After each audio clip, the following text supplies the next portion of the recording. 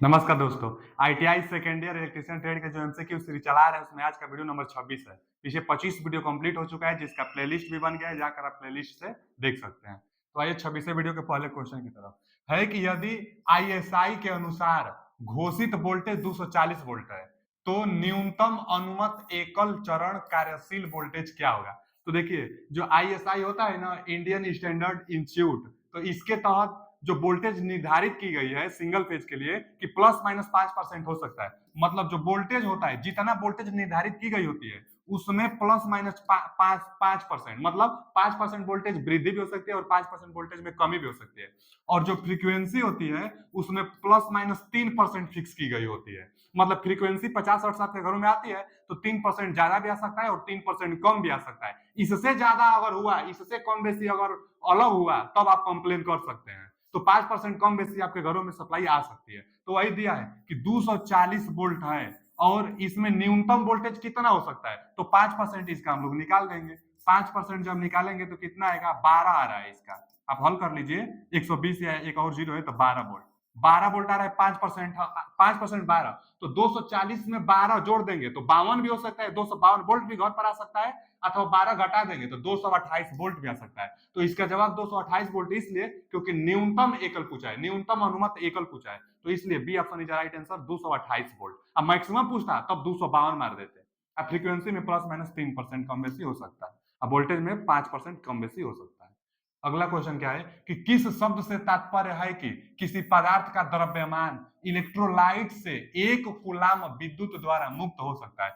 देखिए, फैराडे साहब जो थे, इलेक्ट्रिसिटी में जो इंडक्शन में 2 नियम तो दिए ही थे, लेकिन इलेक्ट्रोकेमिकल में भी 2 नियम दिए थे। इलेक्ट्रोकेमिकल में भी फर्स्ट नियम और सेकंड नियम। तो जो इनका फर्स्ट नियम था फैराडे साहब का, यही था कि किसी पदार्थ में अवक्षेपित पदार्थ की मात्रा जो होती है जेड आई टी के बराबर होती है। जे आई टी क्या है, आई धारा है, टी समय है, जेड विद्युत रासायनिक तुल्यांक इलेक्ट्रोकेमिकल इक्विवेलेंट है। आई टी क्यू बराबर होता है एम बराबर जेड और क्यू बराबर आई टी, यानी यहाँ क्यू। अब सवाल क्या बोला है कि 1 कूलाम विद्युत द्वारा, 1 कूलाम विद्युत द्वारा मतलब कूलाम का मान 1, तो जो जेड होगा वही एम के बराबर होगा।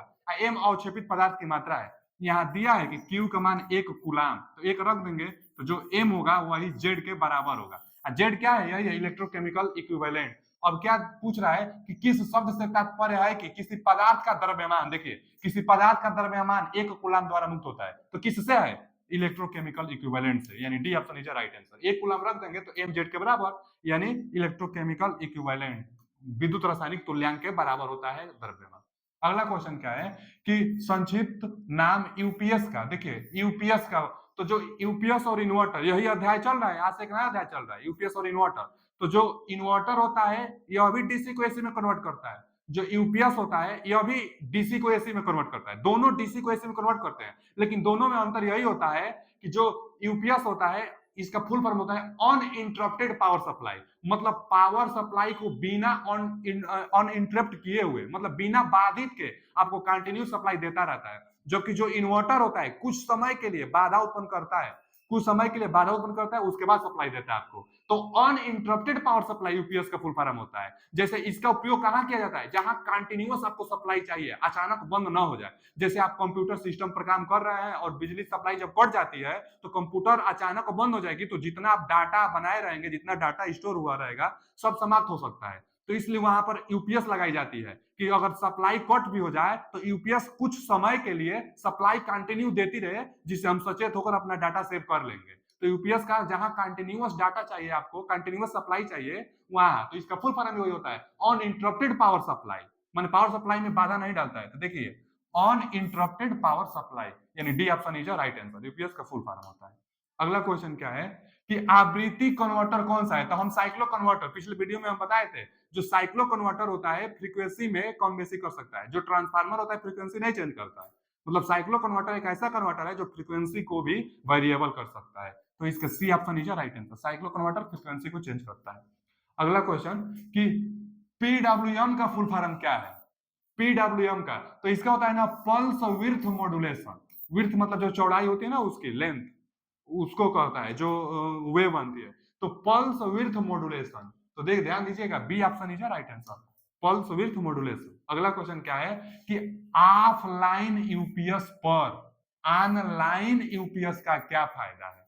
देखिए, ऑफलाइन यूपीएस मतलब जो बाधा डाल सके, ऑनलाइन यूपीएस जो बाधा न डाले, लगातार चलती रहे। तो क्या फायदा है ऑफलाइन यूपीएस पर, ऑनलाइन यूपीएस का क्या फायदा है? तो कांस्टेंट पावर सप्लाई, फिर it give constant output frequency, फिर work on single phase on three phase supply, और देखिए free from change over and transient problem. तो यही D option is right answer. मतलब देखिए, ऑफलाइन की तुलना में ऑनलाइन का क्या है कि बाधा नहीं देती है ना।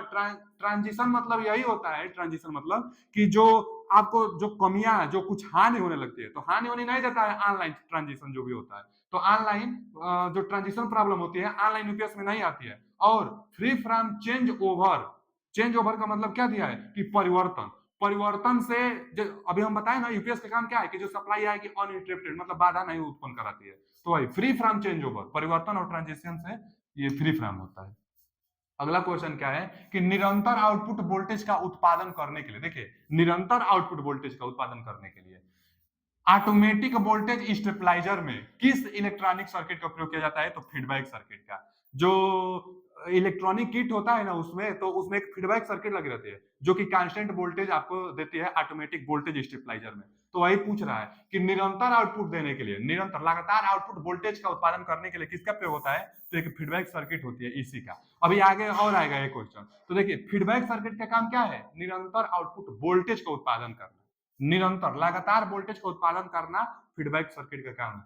आगे आ गया कि फिर ऑटोमेटिक वोल्टेज स्टेबलाइजर के लिए फीडबैक नेटवर्क का काम क्या है? देखिए फिर उल्टा, अरे भैया अभी तो यही क्वेश्चन था कि feedback network automatic voltage stabiliser में क्या था।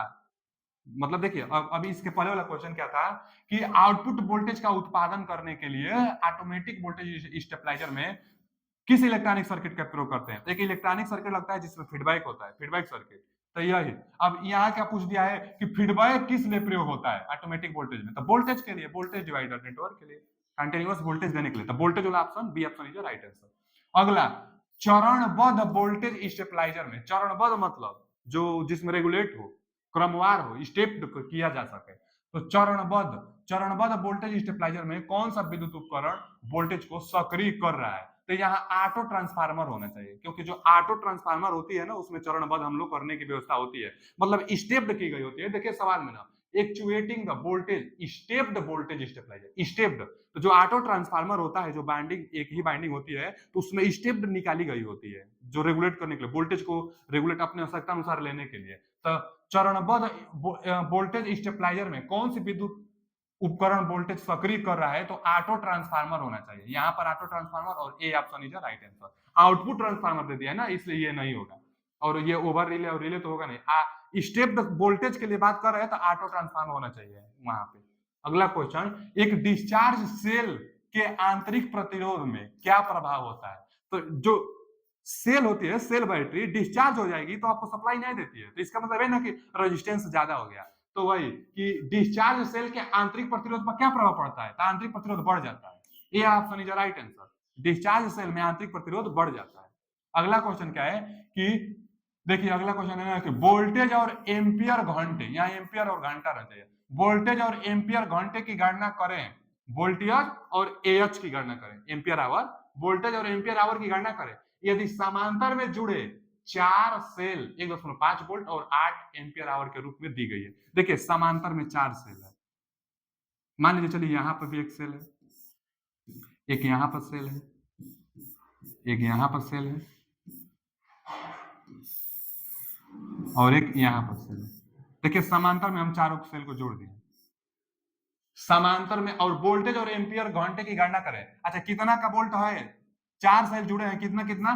तो 1.5 वोल्ट, 1.5, 1.5, 1.5। और एम्पियर रेटिंग कितना है? 8, 8 एम्पियर आवर इसकी क्षमता है, एम्पियर आवर, एम्पियर आवर इसका भी 8 एम्पियर आवर, 8 एम्पियर आवर और 8 एम्पियर आवर। अब पूछ रहे हैं ना कि टोटल कितना वोल्टेज और कितना एम्पियर रेटिंग होगा, यही गणना करना था। तो पैरेलल में वोल्टेज सेम रहता है, यानी वोल्टेज तो 1.5 वाला यही बचा, तो यही डी ऑप्शन। वोल्टेज पैरेलल में सेम। यहाँ पर आपको कितना मिलेगा, यहाँ पर आपको कितना मिलेगा यही पूछा है, तो कितना मिलेगा? वोल्टेज पैरेलल में समान रहता है तो वोल्टेज 1.5 मिलेगा, लेकिन धारा कितना होती है? सब जोड़ दी जाती है, तो 8 8 8 8 यानी 8 चौक 32 एम्पियर आवर मिलेगा। यही ऑप्शन भी है, तो D option is right answer. आते हैं अगले क्वेश्चन की तरफ। जो अगला क्वेश्चन है कि स्वचालित स्टेप्ड वोल्टेज, फिर आ गया स्वचालित स्टेप्ड वोल्टेज स्टेबलाइजर का अनुप्रयोग क्या है। तो जो स्वचालित मतलब ऑटोमेटिक जो स्टेप्ड वोल्टेज स्टेबलाइजर है उसका क्या अनुप्रयोग है, मतलब कहां प्रयोग करेंगे निम्न में से। तो गीजर में वोल्टेज वोल्टेज नहीं, ये तो खुद रजिस्टिव है, वोल्टेज मिले ज्यादा, तो गीजर में नहीं लगता है, ग्राइंडर में भी नहीं लगता है, जो स्टेबलाइजर होता है गीजर और ग्राइंडर में नहीं लगता है, पंप मोटर में भी नहीं लगता है। यहाँ एयर कंडीशनर दिया है, एयर कंडीशनर में लगता है, लेकिन एयर कंडीशनर हिंदी गलत दिया है, क्योंकि ये देखिए पंप मोटर दिया है ना, तो पंप मोटर में नहीं लगता है, ग्राइंडर में नहीं लगता है, इसमें भी नहीं लगता है। टेलीविजन जो टीवी भी होता है स्टेबलाइजर्स लगा देते हैं तो डिवाइस जलती नहीं है, माने कंट्रोल निमित वोल्टेज की आवश्यकता होती है, तो इसलिए television. C option is right answer, C option is right answer. अगला क्वेश्चन कि इन्वर्टर का कार्य क्या है। अरे भैया हम शुरू में बताए हैं इन्वर्टर का कार्य, डीसी को एसी में चेंज करना इन्वर्टर होता है। इन्वर्टर इन्वर्टर इन्वर्टर तो convert DC voltage into DC voltage नहीं, convert DC voltage into AC voltage, ठीक है, B option is right answer. जो डीसी को एसी वोल्टेज में कन्वर्ट करते हैं वही इन्वर्टर कहलाता है। कन्वर्टर एक होता है इन्वर्टर, एक कन्वर्टर, कन्वर्टर एसी को डीसी में करता है, जिसको रेक्टिफायर कहते हैं कन्वर्टर को। यहाँ क्या है इन्वर्टर, इन्वर्टर डीसी को एसी में करता है। आगे इन्वर्टर में आउटपुट ट्रांसफार्मर का क्या उद्देश्य है।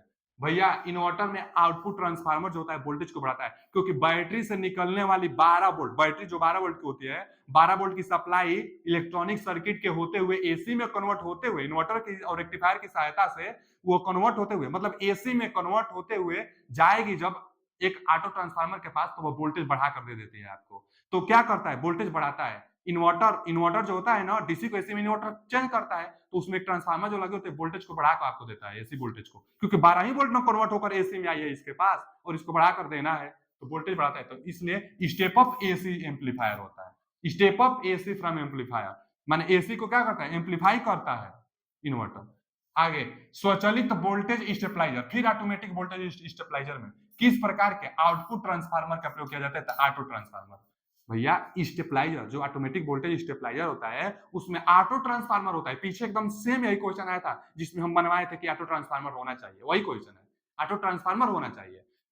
जो ऑटोमेटिक वोल्टेज स्टेबलाइजर होता है उसमें क्यों उसमें ऑटो ट्रांसफार्मर होना चाहिए, क्योंकि जो स्टेप्ड वोल्टेज होता है इसमें व्यवस्था की गई होती है ऑटो ट्रांसफार्मर में, सिंगल बाइंडिंग होती है इसका। तो ए ऑप्शन इज राइट आंसर। अगला क्वेश्चन क्या है, नियत वोल्टेज ट्रांसफार्मर किस सिद्धांत पर काम करता है। देखिए सेल्फ इंडक्टेंस पर ऑटो ट्रांसफार्मर काम करता है, तो ये तो होगा नहीं। फॉल ऑफ पोटेंशियल, ये तो अर्थ रेजिस्टेंस टेस्टर काम करता है। अब फिर म्यूचुअल इंडक्टेंस पर टू बाइंडिंग ट्रांसफार्मर काम करता है। बच गया सी ऑप्शन, तो फेरो रेजोनेंट प्रिंसिपल पर क्या काम करेगा, नियत वोल्टेज ट्रांसफार्मर। तो C option is right answer, नियत voltage, C option is right answer. अगला क्वेश्चन सर्वो, देखिए आ गया सर्वो वोल्टेज स्टेबलाइजर में टोरेडियल ऑटो ट्रांसफार्मर का प्रयोग किया जाता है। टोरेडियल कैसा होता है, तो क्या होता है ना कि इसमें ना मान लीजिए रिंग टाइप का दो होता है, इसी पर बाइंडिंग की गई होती है, इसी पर बाइंडिंग की गई होती है, इसी को हम लोग टोराइड मतलब टोरेडियल,